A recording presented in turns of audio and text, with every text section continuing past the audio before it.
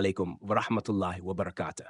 आज हम कुरान मजीद की सबसे बड़ी और बाबरकत सूरह बकरा की तफसीर बयान करेंगे।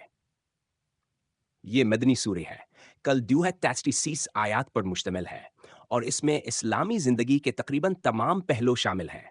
ईमान, इबादात, माशरत, माईशत, अखलाक और पिछली इमतों से इबरत। फजीलत की अहादीस। रसूलुल्लाह सल्लल्लाहु अलैहि वसल्लम ने फरमाया, सूरह बकरा पढ़ा करो क्योंकि इसका पढ़ना बरकत है और इसे छोड़ना हिसरत है और बातिल परस्त लोग इस पर काबू नहीं पा सकते। एक और हदीस में फरमाया, जिस घर में सूरह अल बकरा पढ़ी जाती है वहां शैतान दाखिल नहीं होता। ये सूरह सिर्फ पढ़ने से नहीं बल्कि समझने और अमल करने से हमारी जिंदगी में इनकलाब लाती है।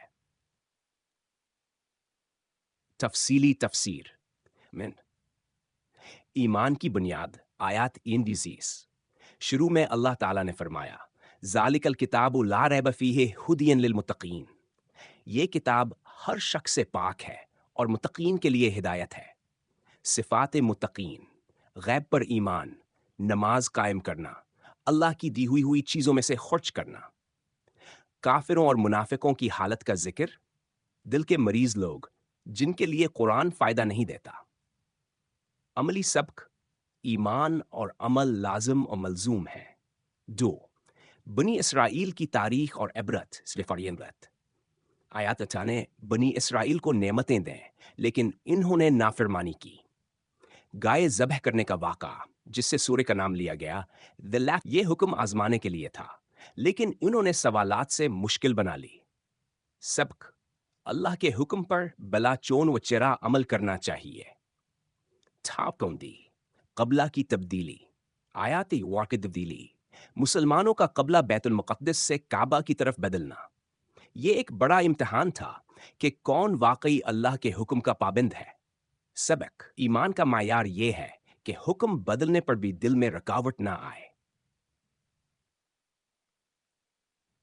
सब्र और इस्तकामत। अल्लाह फरमाता है, ए ईमान वालो, सब्र और नमाज के जरिए मदद हासिल करो।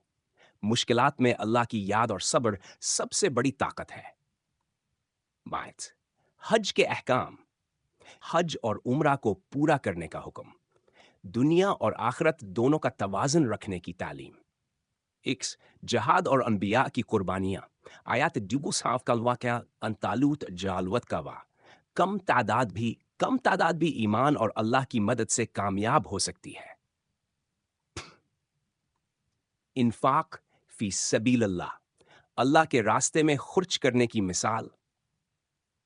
एक दाना 7 बालियां देता है, हर बाली में 100 दाने। शर्त, दिखावा ना हो, सिर्फ अल्लाह की रजा के लिए हो। सूद की ममानियात, आयात यूज़ुबतरियन वैत। सूद लेने वाले कयामत के दिन ऐसे उठेंगे जैसे शैतान ने इन्हें पागल बना दिया हो। सूद से बचना और तिजारत को अपनाना ही बरकत का रास्ता है। नाइस, कर्ज और लेन देन के असूल, आयत यूं मानना, कुरान की सबसे लंबी आयत। कर्ज को लिखकर गवाह रखना ताकि झगड़ा ना हो। दै, ईमान और दुआ पर इख्तिताम। ईमान वालों का ऐलान, हमने सुना और हमने माना। अजीम दुआ, ऐ अल्लाह हम पर वो बोझ ना डाल जो हमसे पहले लोगों पर डाला गया। अल्लाह किसी जान को इसकी ताकत से ज्यादा बोझ नहीं डालता। हिस्सा 3, नतीजा और अमली पैगाम। दोस्तों, सूरह बकरा सिर्फ एक लंबी सूरी नहीं बल्कि ये जिंदगी के हर शोबे का रहनुमा है। अगर हम इसे रोजाना पढ़ें, समझें और अमल करें तो ये हमें गुनाहों से बचाएगी, हमारे घरों से शैतान को भगा देगी और आखिरत में नजात का जरिया बनेगी। अमली कदम, रोजाना कम अज कम बैन रकूअ पढ़ें और तर्जमे के साथ समझें।